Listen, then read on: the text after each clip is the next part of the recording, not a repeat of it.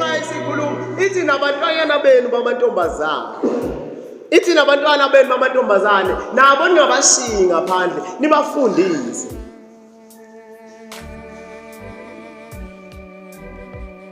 Ngenzela nawe cabanga ukuthi uma kuthiwa uyafunda ula esikolweni uzenzela wena. Ngake ngakusho angazi yini engenza ngikusho kodwa ngake ngakusho ukuthi njoba silana singabameli simele ushembe. Amen. Bengikhuluma indaba yabantu ey'nkumbi zabantu ababheke emzini wasebuhleni, abantu abanenhlanhla, abantu abazuza umemo lwasezulwini. Amen. Ithi inkosi ngizokhuluma nje angazi ngizoyeka nini kodwa ngizokhuluma nje ngoba ithuba liye lavulwa wathuleka impela imizuzwana. Bengithi nami ngisukuma uma ngisukumile ngisukuma ngasekugcineni kodwa ngabona ukuthi ithuba kushuthi likhona.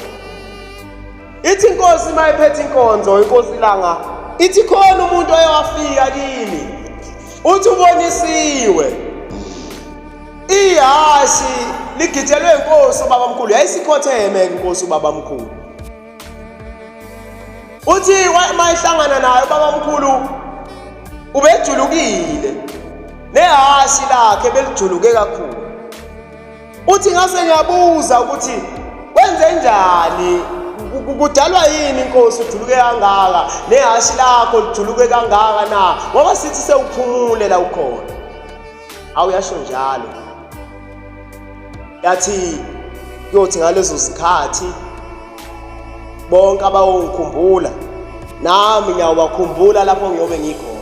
Ayishongo ukuthi yobibo yathi lapho ngiyobe ngikhona.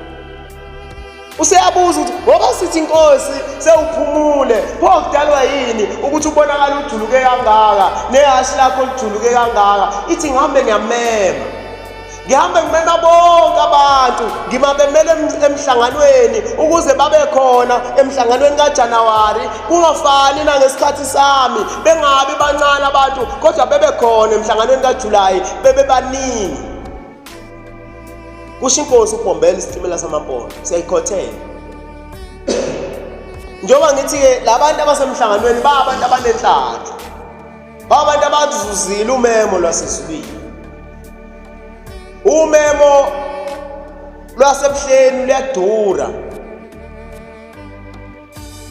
alifani nanoma yiluphi umemo. Lwedlula ngisho umemo lapho nimenywa khona ngama-email kuthiwa lolu memo lukuwe kumenywa abantu abathile uzunikeza inamba ukuthi kufuna u-RSVP ekubani. Kodwa lolu memo lolu lwasebuhleni luyaledlula lolo memo likhulu kakhulu. Umemo lolu lwabantu abanganikwanga mali ngokuya lapha abazofika lapha bengaphakelwa futhi kodwa bamenyiwe inkosi yesabatha. Ingoma engisukume ngayo.